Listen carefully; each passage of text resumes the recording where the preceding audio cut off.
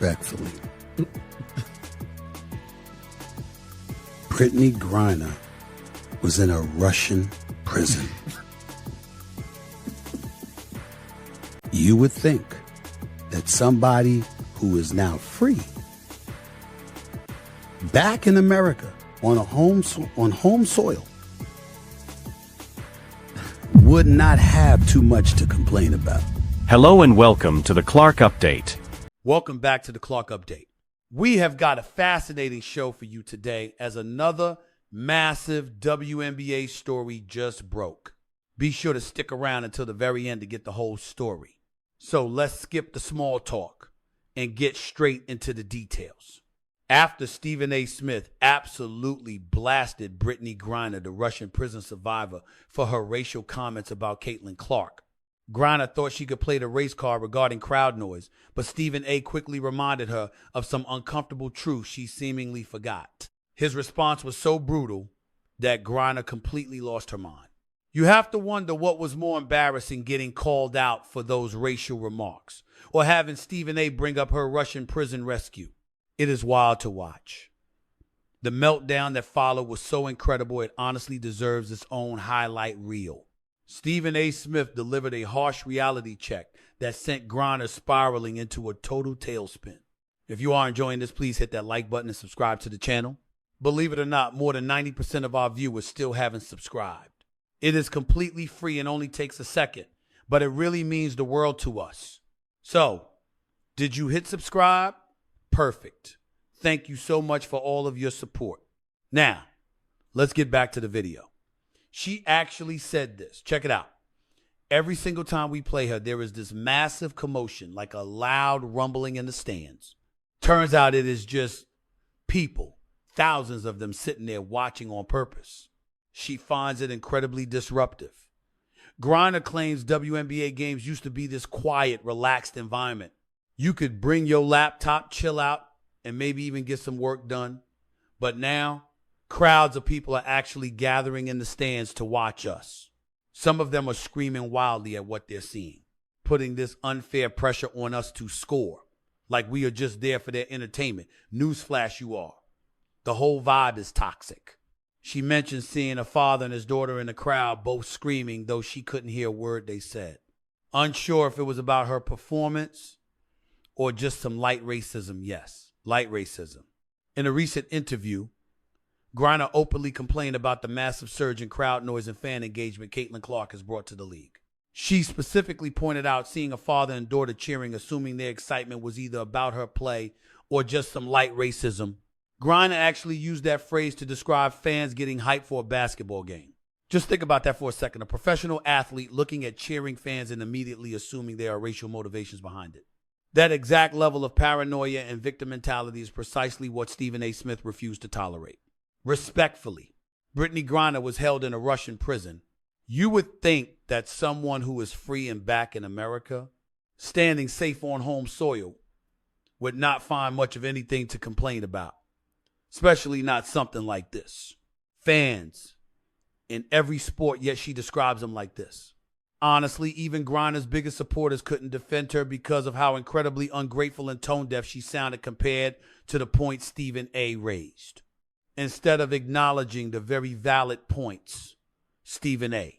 brought up or showing any gratitude for her situation, Griner doubled down on being a victim and attacked him personally.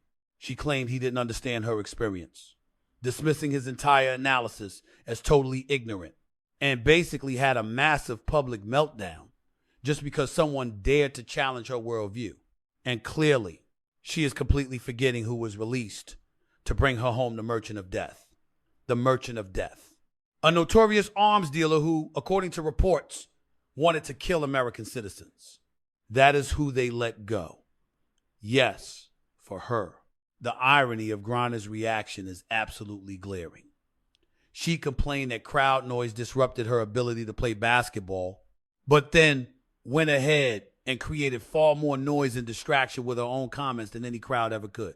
She ended up becoming the exact thing she was complaining about, a disruptive force pulling attention away from the actual game, according to Stephen A.'s analysis. His critique went deep, Far deeper than the prison rescue angle, though that was the most brutal part. He also pointed out Gurley's complaints. They show a fundamental misunderstanding of what sports entertainment is supposed to be. Fans do not pay to sit quietly and applaud. They pay to express emotions, cheer plays, and build a wild atmosphere. Gurley found crowd enthusiasm disruptive. That shows exactly how disconnected she has become from the reality of professional athletics. In every other sport, players feed off that crowd energy to elevate their performance. But Gurley treated fan engagement like an inconvenience rather than an opportunity to showcase her skills on a bigger stage. Gurley's meltdown also exposed just how unprepared some WNBA players really were for mainstream attention. For 25 years, they operated in a bubble where criticism was minimal and expectations were incredibly low, and actual accountability was practically non-existent. Like Caitlin, the racial component of Gurley's remarks was especially problematic, assuming the worst motivations from fans who were just excited about basketball. Assuming that father-daughter pairs cheering at games must be engaging in racism shows a worldview actively searching for problems instead of appreciating opportunities. Clark's arrival brought intense, real scrutiny, real pressure, and real consequences for performance. Some players were obviously not ready for that major adjustment. Griner's casual use of light racism to describe crowd noise was exactly the reckless rhetoric that Stephen A. has spent his career challenging. He noted how dangerous it is when public figures casually throw around serious accusations of racism without any real evidence or context, diminishing the impact of addressing actual racial issues while creating division where none needs to exist. For someone who has never been held responsible for her words, Stephen A.'s commentary was exactly what you would anticipate. The timing of Griner's meltdown was incredibly embarrassing. It occurred right as the WNBA is experiencing unprecedented growth in popularity and revenue, largely thanks to Caitlin Clark's impact. Instead of embracing the massive opportunity that increased attention provides, Griner was complaining about the exact thing making her and every other WNBA player more money than they have ever made in their lives. The prison rescue angle that Stephen A. brought up was particularly effective. It highlighted the stark contrast between her experience behind bars and her current complaints when she should be celebrating every single moment of freedom. Griner's absolute incapacity to express gratitude for her rescue and return to professional basketball reveals a level of entitlement that is genuinely, deeply shocking. The United States government literally negotiated with terrorists to secure her freedom, and her choice to complain about the noise level at basketball games shows how completely detached from reality she has actually become. The meltdown also revealed how thin-skinned Griner is when confronted with valid criticism. Stephen, instead of engaging with those concerns, was confronting her complaints with rational counter-arguments, pointing out objective facts about her circumstances rather than disparaging her personally or making unfair allegations. Griner reacted defensively and angrily. The comparison to other professional athletes was especially damaging to Griner's overall standing. No other star in professional sports complains about crowd noise the way Griner did, making her remarks seem even more out of touch. What made things far worse for Griner was that Stephen A. was not alone in his criticism. Other media figures, former players, and even some current WNBA players quickly began to question her remarks and overall approach. The meltdown that followed clearly demonstrated that she was not prepared to handle widespread criticism of her victim mentality. I pointed out that players throughout the NBA, NFL, and MLB and NHL routinely deal with hostile road environments and passionate fans as part of their regular jobs. Griner's attempts to introduce racial dynamics were especially problematic because they successfully diverted attention from discussing the WNBA's growth and success. Rather than celebrating increased fan engagement and skyrocketing revenue, she was actively searching for issues and complaints where none existed. Stephen A.'s response to Griner's meltdown was excellent because he refused to back down or apologize for raising those legitimate points. He strengthened his analysis and gave additional context on why her concerns were so incredibly tone-deaf, refusing to let her hide behind victim narratives. Griner had to face the shortcomings of her position. Most players and coaches chose to remain completely silent rather than defend Griner's remarks, indicating they were fully aware of how problematic her position actually was. The total lack of backing for her claims of racism showed that even her fellow players knew she went way too far. Griner's complete meltdown also highlighted the massive difference between real criticism and totally made-up complaints. Stephen A's direct breakdown targeted real underlying issues. The timing of this whole drama could not have been worse. For Griner, it hit right when the WNBA desperately needed good press and mainstream growth, yet she was manufacturing drama out of thin air. The stark contrast between real factual analysis and pure emotional reaction was obvious to everyone watching. Her constant complaining about fan interactions and claims of casual racism are exactly the kind of toxic noise that could scare off the new fans the league needs to grow. Stephen A. also tackled the broader issue of player accountability in this wild social media era. Griner's words weren't spoken in secret. She was totally unprepared for the backlash, which showed in her massive blow-up when the public actually started analyzing what she said. Stephen A.'s focus on her foreign prison release worked perfectly because it offered a very real reminder of just how much backing she received from the exact country she is now criticizing, showing a wild disconnect from her complaints about playing at home. Griner's reaction to the fans was loud and undeniable. He also showed how platforms like social media can drag out and blow up fights that used to fade away quickly. Instead of letting her emotional clapbacks and defensive posts fade after Stephen A. called her out, she kept the drama alive, looking worse with every single reply. But the absolute worst part of Griner's public meltdown was that instead of showing some maturity, real accountability, or perspective, it completely proved every bad stereotype about entitled, pampered athletes who simply cannot handle any criticism.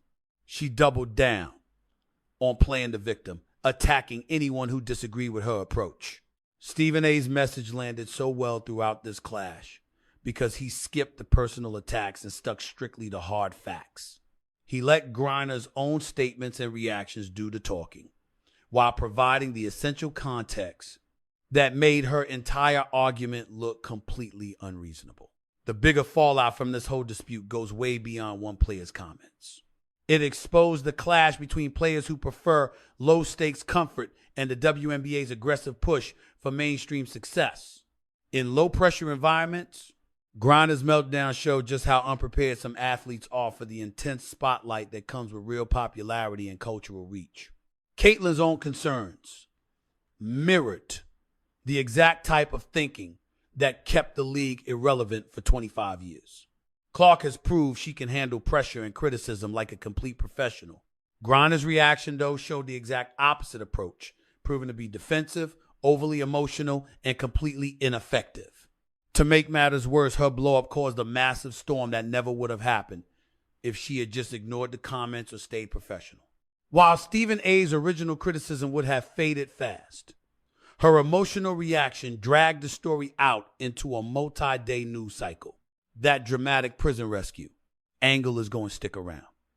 But the most satisfying part of this entire situation was seeing someone finally hold Griner accountable for her complete lack of gratitude and perspective, which might follow her for the rest of her career. Stephen A. made sure that connection was forever locked into the minds of the public, and Griner's emotional meltdown only drove home the point that she simply lacks basic appreciation. Stephen A. held Griner responsible for her tone-deaf comments and refused to back down when she tried to play the victim. She had to face the clear flaws in her own arguments because he wouldn't let her hide behind racial grievances or defensive distractions. Griner's breakdown basically proved every single point. By breaking down her mindset, Stephen A. showed she is the ultimate example of an entitled athlete, one who complains about success instead of seizing opportunities, showing zero growth, accountability, or real perspective. Griner will now likely be remembered more for her inability to handle criticism than for any of her actual on-court achievements. Any positive impact she brought to the game is now completely overshadowed by this blow-up, permanently sealing her reputation as a troublemaker rather than a playmaker. Griner just discovered the hard way why you should never try playing the victim against Stephen Smith's sharp commentary.